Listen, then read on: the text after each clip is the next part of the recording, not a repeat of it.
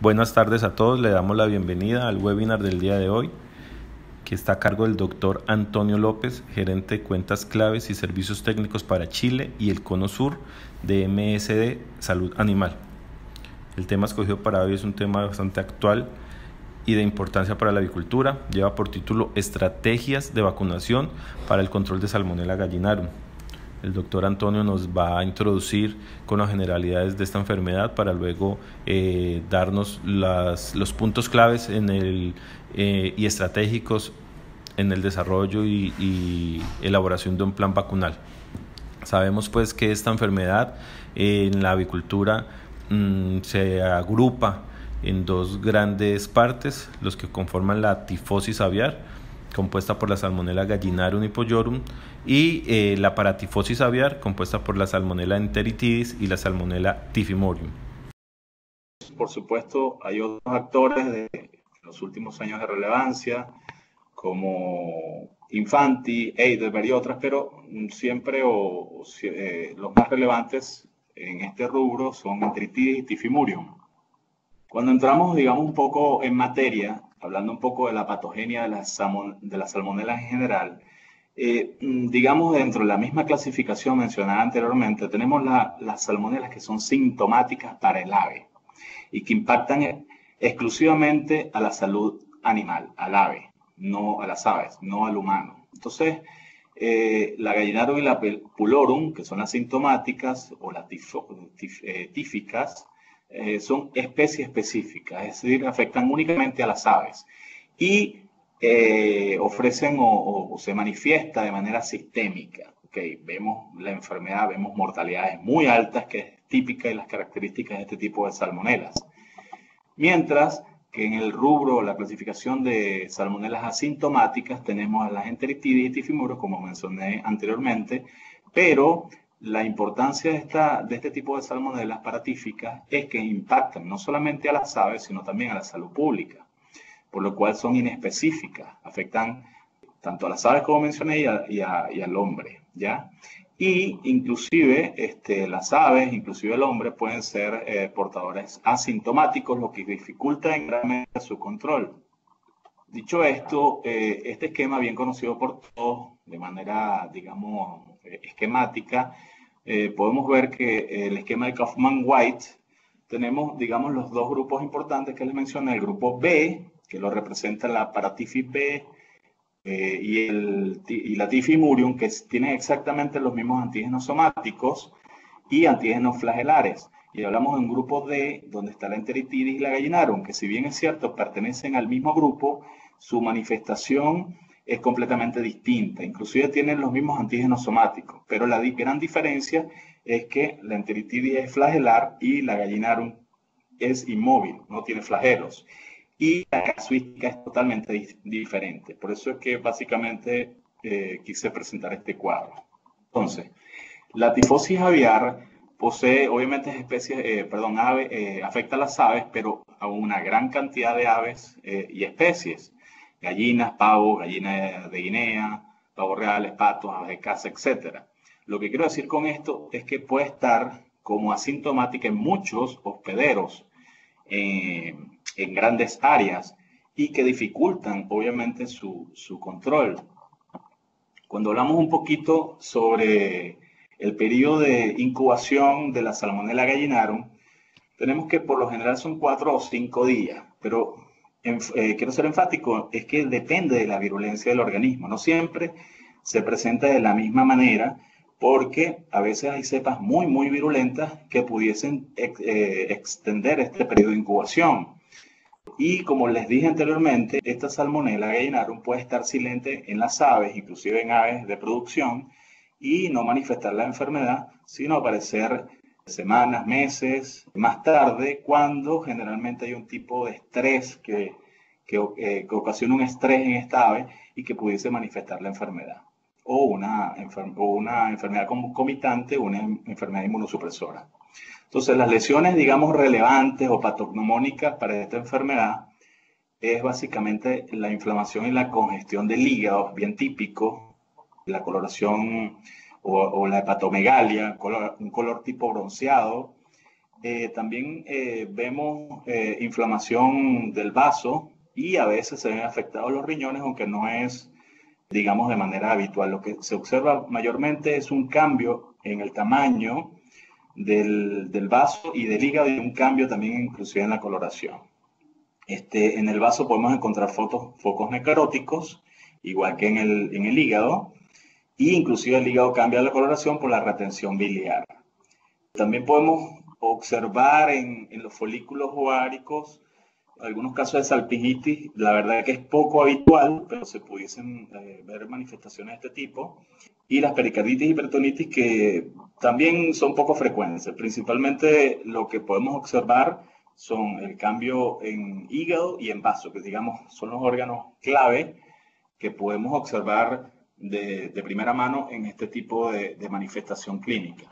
Cuando vamos y hablamos un poquito de los signos clínicos, la verdad, cuando hablamos de la mortalidad, pues es tan variable como que el 0 al 100% dependiendo de su estado, si es latente o si se está manifestando la salmonela como tal, un desafío bastante importante por niveles de bioseguridad que no son las idóneas y por otros factores que mencioné, como inmunosupresores o estrés, que pudiesen traer como consecuencia hasta un 100% de la mortalidad si no hacemos nada.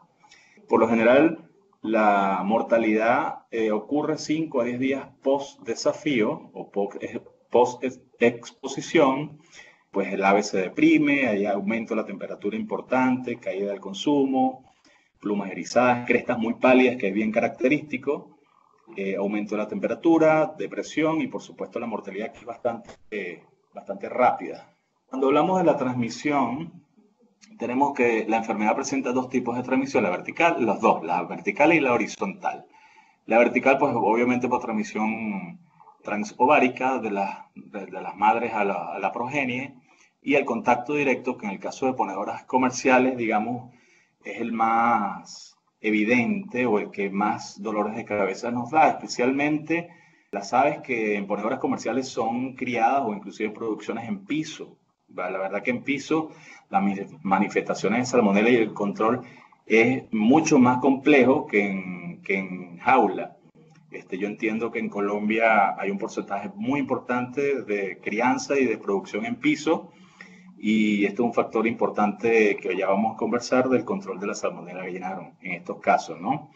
Cuando hablamos, fíjense ustedes, de la infectividad, podemos decir que en plástico puede estar presente durante 93 días, en el agua 5 meses, en las camas reutilizadas hasta 11 semanas, desechos de incubación y medio ambiente por 1 o 2 años, en las ropas, trapos, bueno, casi un año, 228 días, en ese 11 días en el galpón, y en los roedores o en excrementos de roedores hasta 3 meses.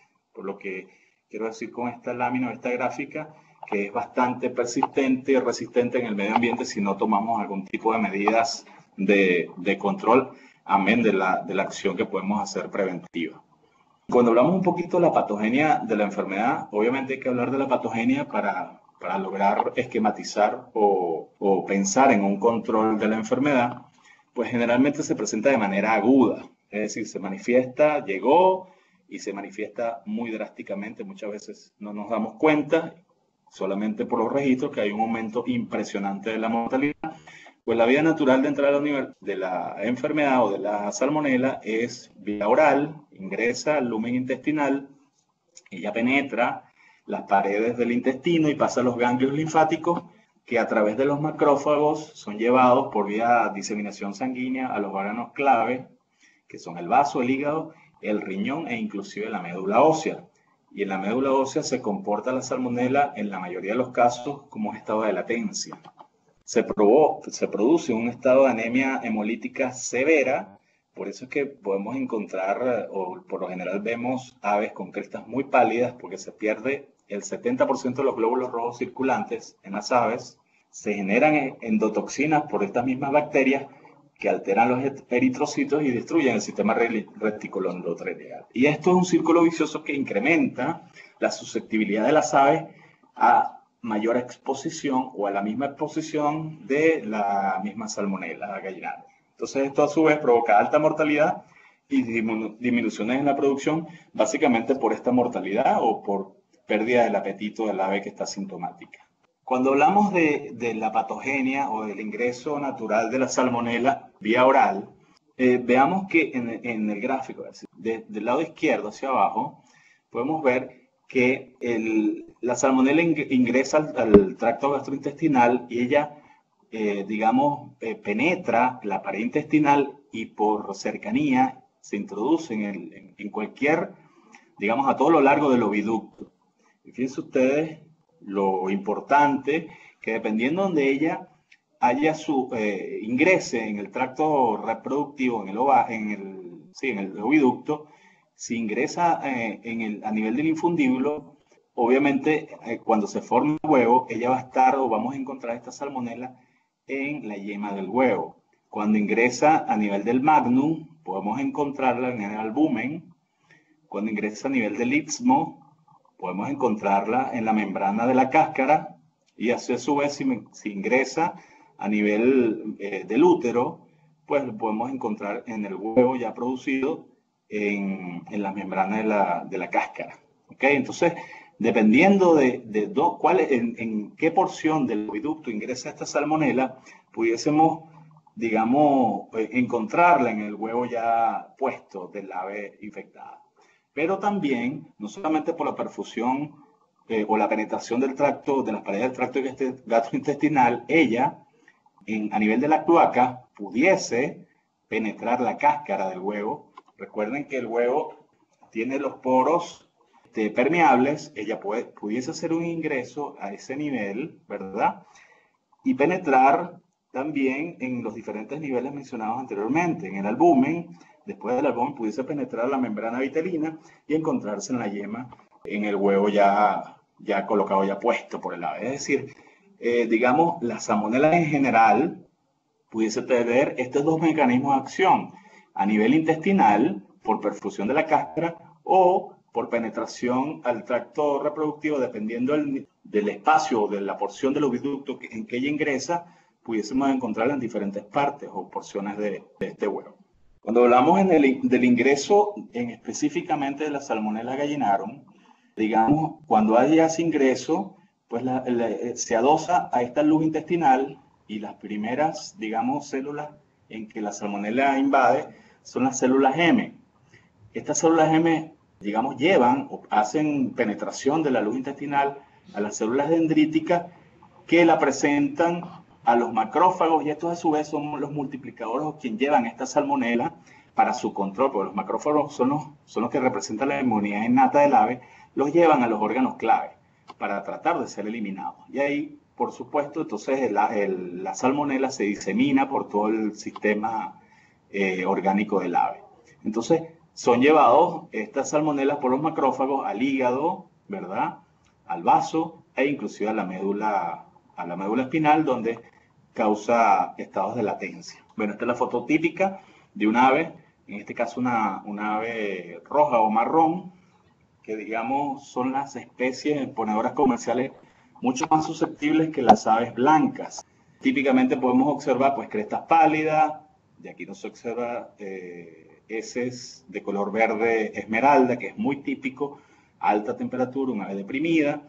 Ya en esta jaula quedaba una, habían 3, 4 aves, que es típico, y comienza a diseminarse en las jaulas vecinas, donde se va proliferando el foco. Aquí podemos observar que una de las causas también de, digamos, el manejo de esta enfermedad es que del lado derecho podemos observar, digamos, las bandejas o las bandejas de huevos son reutilizadas, y esto es un foco importante de transmisión y de infectividad de la salmonela.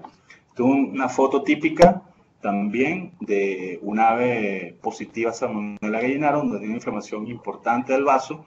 Se ven zonas necróticas, un puntillado necrótico a todo lo largo. Tamaño bastante aumentado de tamaño. Y esto también, la salpingitis, se puede presentar, no es típico de la Salmonella gallinarum, más bien de las salmonelas entéricas o partíficas, que pudiesen presentarse este tipo de salpingitis en las aves. Esto también es bastante típico. Como les dije, el hígado es un órgano blanco para la salmonela, y producto de la retención biliar se produce esta coloración y esta hepatomegalia importante en el ave, provocando esta coloración, digamos, verde bronceada. También podemos ver esto, que lo pudiésemos confundir con un hígado o una manifestación de un coli o inclusive una pastorela, pudiese confundirnos, pero entonces esas dos enfermedades las podemos, digamos, tomar en cuenta como un diagnóstico diferencial.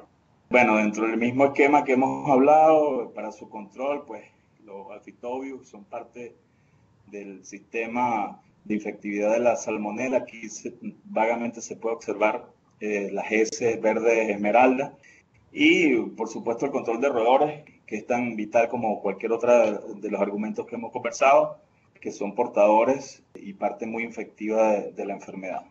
En ciertas instalaciones también son, digamos, más propensas a tener un estado de infección permanente o más importante por este tipo de recolectoras de estiércol o de heces, que son bandas, ¿verdad? Que recorren y dan vuelta, entonces sirven de techo, son techos de las aves que están en la jaula inferior. Y bueno, si hay algún tipo de infección, bueno, la diseminación es bien importante en este tipo de jaulas, en este tipo de instalaciones. Entonces, hablemos un poquito de los factores predisponentes a la enfermedad. Dentro de los factores predisponentes, pues tenemos, yo creo que uno de los principales factores son el estrés fisiológico. Cuando me refiero al estrés fisiológico, es al estrés en ponedoras comerciales del traslado a producción, el estrés fisiológico del pic de producción, donde se producen corticosteroides y deprimen al ave inmunológicamente, altas o variaciones bruscas de temperatura, privaciones de agua o alimento, las mudas forzadas, un estrés también a considerar, y como les mencioné, el traslado. Las enfermedades concomitantes, específicamente de enfermedades inmunosupresoras, la Salmonella gallinarum o las bacterias en general, dependen de la inmunidad celular, por lo cual las enfermedades inmunosupresoras, que principalmente su acción es inmunidad celular, pues son las principales desencadenantes de la Salmonella gallinarum. Llámese inmunidad celular tipo Marek, tipo anemia, etcétera. Pueden ser una de las principales, digamos, desencadenantes de muchas acciones. Por supuesto, las micotoxinas están consideradas dentro de un factor predisponente. Y las múltiples edades, que es típico en las ponedoras comerciales, que es difícil erradicar este tipo de enfermedades o el control, precisamente porque hay múltiples edades, como esquema de producción en las granjas o como esquema de comercialización para tener un flujo continuo de huevos y de venta de ellos, hace también el control bastante difícil de este tipo de esta enfermedad. La bioseguridad, bien mencionada en todas las charlas, el manejo de las heces, como les dije, les comenté, las ponedoras en piso, digamos, están con mucho más riesgo del control o de la enfermedad, y para su control es un poco más complejo, el descanso apropiado de las granjas y la limpieza y desinfección. Dentro de las susceptibilidades, pues hay especies o líneas que son más susceptibles. Las reproductoras, las líneas pesadas son mucho más susceptibles que las líneas livianas. Y de las ponedoras comerciales, como les comenté, las gallinas de color marrón también son muchísimo más susceptibles que las blancas. Para el diagnóstico, pues normalmente la bacteriología es considerada, o para mí es suficiente para hacer un diagnóstico adecuado, directamente con porciones de los órganos involucrados que les mencioné, o a través de hisopados cloacales. PCR también se puede utilizar. La verdad es que se ocupa muy poco, porque mediante la bacteriología podemos tener un diagnóstico eficaz y a tiempo. Y el diagnóstico diferencial importante es la pastorela. Son muy parecidas, la mortalidad en las pastorelas también es muy aguda, inclusive sobreaguda, y pudiese confundir el diagnóstico de la enfermedad. Digamos, para diferenciar de manera más clara los tipos de salmonela entre las sistémicas y las partíficas, las salmonelas sistémicas, llámese sistémicas en este caso que nos compete la Salmonella gallinarum, digamos, en la primera fase de infección, ella ingresa al tracto gastrointestinal y no produce una inflamación en el tracto, porque ese no es, digamos, el órgano donde ella se va a encontrar. Ella penetra las paredes del tracto entéricas y, digamos, pasa de manera sistémica y ingresa a los órganos blancos, como los mencioné, hígado y vaso, inclusive la médula. Pero lo que quiero decir con esto es que ella no hace o no provoca una inflamación local en el intestino, sino su efecto es básicamente sistémico en el ave. Mientras que por lo contrario, las salmonelas paratíficas, la enteritidis, la tifimurium y otras, ocurre de manera distinta. Básicamente su accionar es en el lumen intestinal, provocan inflamación importante en el intestino, pueden provocar diarreas, pero no ocurre una infección sistémica. O sea, hay una diferencia bastante notable y diferente entre los dos tipos de presentación de salmonela. Y básicamente las paratíficas por lo general actúan las primeras semanas de la ave viva, llámese 10, 15 días, provocando en ocasiones altas mortalidades y mucha depresión, mientras que con la salmonela sistémica, llámese salmonela gallinarum, la mortalidad es impresionante y puede ocurrir en cualquier edad del ave en su vida productiva. Entonces, digamos, de lo que hemos estado conversando, la respuesta inmune de las salmonelas vivas, de la inmunidad celular es clave y es fundamental en este tipo de enfermedad. Entonces, las respuestas celulares para la salmonella gallinarum por inmunidad celular es lo más importante que podemos considerar. Se genera una excelente inmunidad de tipo memoria cuando nosotros ofrecemos una vacuna viva, porque la inmunidad humoral realmente no se considera tipo protectivo precisamente porque no es el mecanismo de accionar de esta bacteria. Se genera una buena inmunidad innata mediante el sistema de macrófagos altamente protectiva contra la enfermedad sistémica. Se pueden generar respuestas inflamatorias en el tracto intestinal que genera inmunidad local con las paratíficas.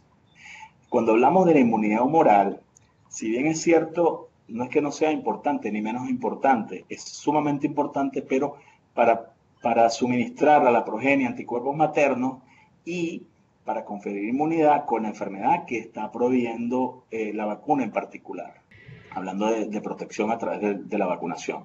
Entonces, nos puede reducir una posible contaminación de las aves, reduce la contaminación a la progenie o a los huevos, reduce la excreción e invasión en los tejidos y, bueno, básicamente, de manera general, para que ocurra, la importancia de la inmunidad humoral es proveer durante esas 2-3 primeras semanas a la progenie, hablando de reproductora, una sólida inmunidad, de manera que son las semanas o los días más susceptibles en la a ser contaminadas por este tipo de salmonelas paratíficas que les mencioné. Entonces, como hay tan poca protección, si no ofrecemos una inmunidad humoral a esta progenie, pues con una muy baja dosis de infección pudiésemos tener algún tipo de inconvenientes de suma importancia.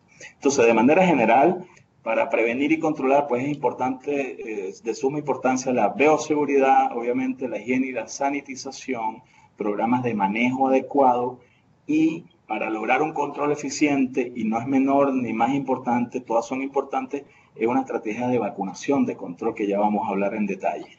Cuando hablamos de una vacuna viva de Salmonella gallinarum, pues vacunas de Salmonella hay muchas. Hay de producción local, hay vacunas autorizadas, no autorizadas, y hay que tener sumo cuidado en qué vacuna vamos a emplear, porque hay vacunas que son extraordinarias, son vacunas muy buenas, y hay otras vacunas que la verdad son bastante deficientes y nos pueden, en vez de mejorar el control, pues nos pueden acarrear lo contrario, empeorar, y es bien delicada la situación. Entonces, cuando hablamos de vacunas de Salmonella gallinarum, pues hablamos de vacunas a base de la cepa 9R, es decir, cepa rugosa. Esta cepa, la importancia o la ventaja es que es homóloga a lo que queremos controlar, que en este caso es la Salmonella gallinarum o la tifosis. Y tiene una propiedad de que hay protección cruzada contra Salmonella enteritidis también. Entonces, por lo general, vacunas, repito, autorizadas, por lo general se recomiendan 2 vacunaciones durante la etapa de cría, con diferencia entre 4 y 6 semanas. Siempre la vacunación es mejor de manera intramuscular o subcutánea. La verdad que en el agua de bebida no es la mejor vía para este tipo de vacuna. Cuando colocamos esta vacuna por vía parenteral, pues el desarrollo de la inmunidad es bastante rápido, ¿ok? Entonces, se utiliza también de manera preventiva y más adelante les voy a comentar la utilización de este tipo de vacunas para brotes. Entonces, con una buena implementación, con la seguridad de que estamos utilizando una vacuna adecuada, autorizada y en la edad apropiada, una vez sana, por supuesto, pues vamos a tener, la verdad, que un eficiente control de la enfermedad. En Venezuela, donde viví gran parte de mi vida, pues el año 2006 comenzamos a utilizar vacunas vivas de salmonela autorizadas en principio, y durante 10 años hasta que autorizaron la vacuna recién en el 2016, fue exitosísima la vacuna, exitosísimo. Hay un antes y un después notorio. Entonces, lo que quiero decir con esto es que bien manejada la vacuna, digamos con un protocolo adecuado de seguimiento, es eficiente y podemos controlar eficientemente la enfermedad. Es altamente inmunogénica y pudiésemos tener con este tipo de vacunas una protección hasta 25 semanas bien manejada, y no dejando de considerar los otros factores que no solamente es la vacunación, obviamente que ya les mencioné, bioseguridad, desinfección, descanso, múltiples edades, etc. Cuando hablamos de programas especiales de vacunación en ponedores comerciales, digamos en zonas de muy alto desafío, lo que consideramos zonas endémicas, pudiésemos considerar 2 vacunas preventivamente a las 6, 12 semanas más o menos, con un intervalo de 6 semanas, y una revacunación entre las 40 y 45 semanas. Porque la inmunidad, digamos, de las bacterias no es la misma inmunidad que la inmunidad que nos ofrece una vacuna viral.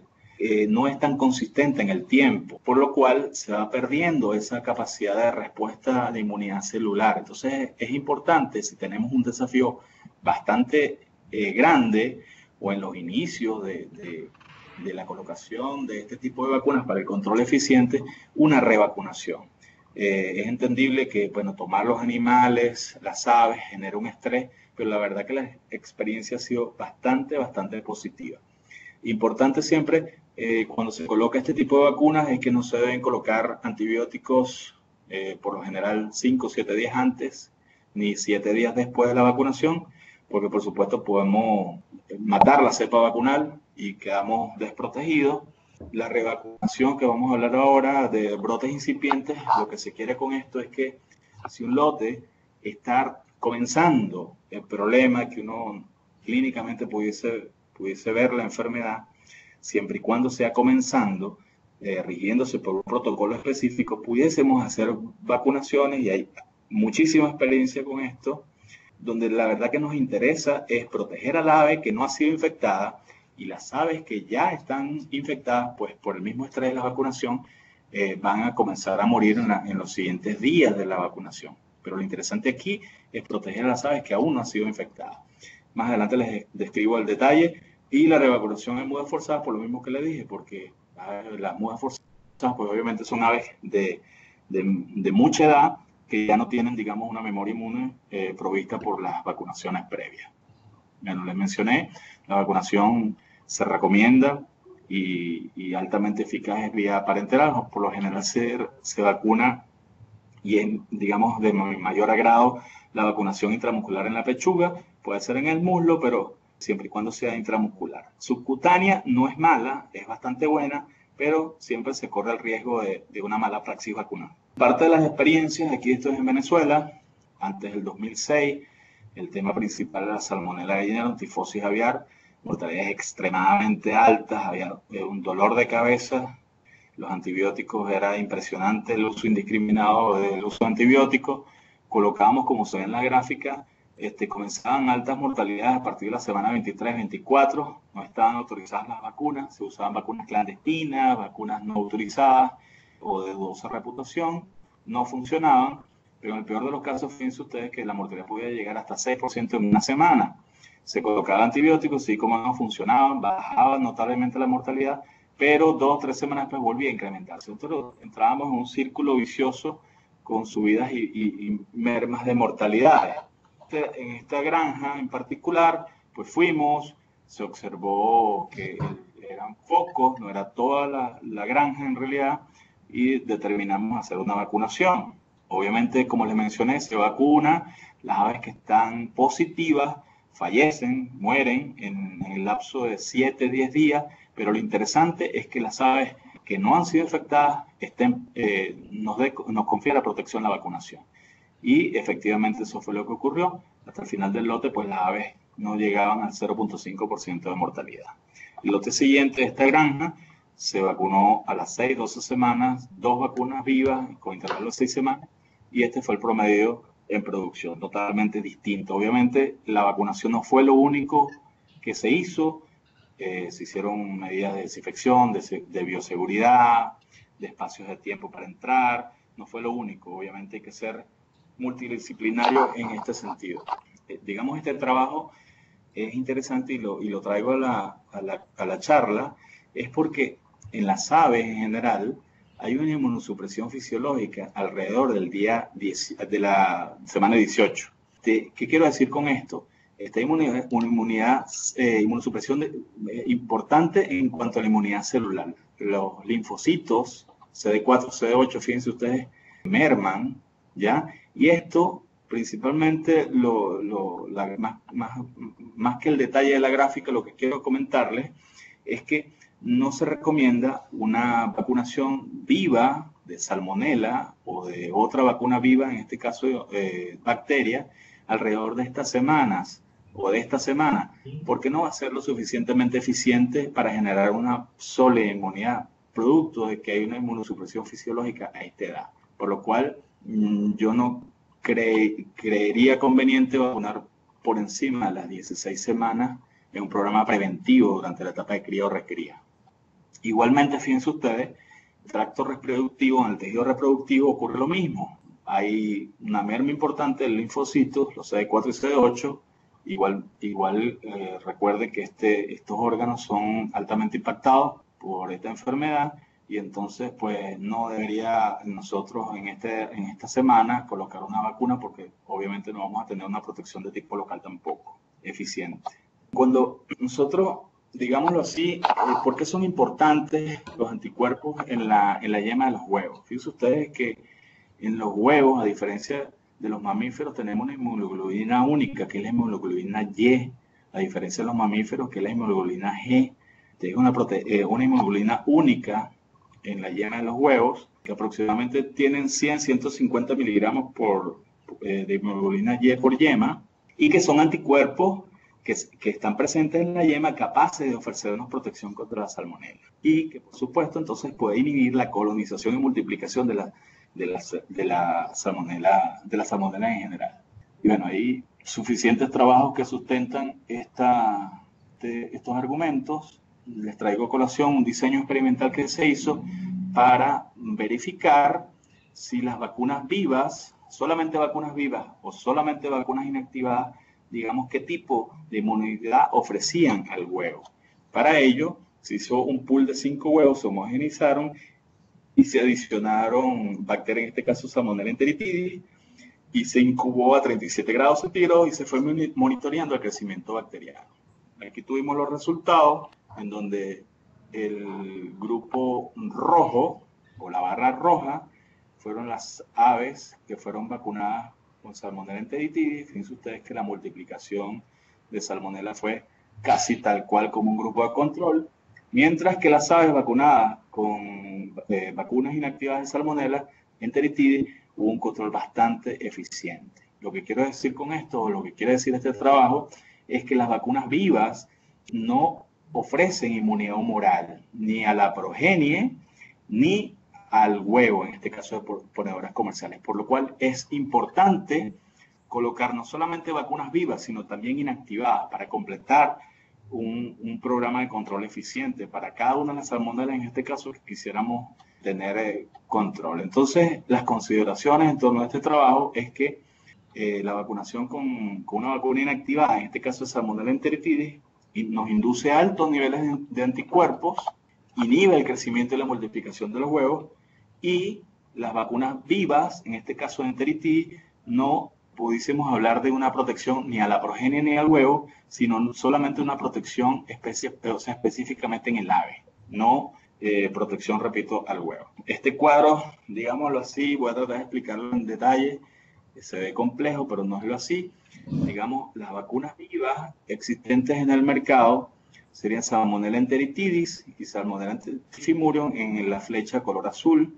Las recomendaciones de las vacunaciones son al día 1 por aspersión, a la semana 6 en la huevedilla y a la semana 16 también en la huevedilla. 3 dosis para el control de Salmonella enteritidis, typhimurium o de las dos vacunas vivas. Cuando hablamos de vacuna viva gallinarum, por lo general la recomendación son 2 dosis, semana 6 y semana 12. Ustedes dirán, ¿por qué no antes? Esta consideración es importante. La vacunación con vacuna viva 9R es necesario colocarla posterior a la semana 4 o 5 en el ave, cuando ya el ave tiene bien formado, bien maduro su sistema inmune para generar una sólida respuesta. No por eso es que no se debería vacunar antes. Las recomendaciones de las vacunas inactivadas enteritidis, typhimurium o ambas, pues en ponedoras comerciales, si no se aplica otro tipo de vacuna, son 2 a la semana 12 o a la semana 16. Todo esto dependerá de qué tipo de salmonela obviamente tengamos en el predio o en la granja y qué tipo de herramientas tengamos disponibles en cada uno de los mercados.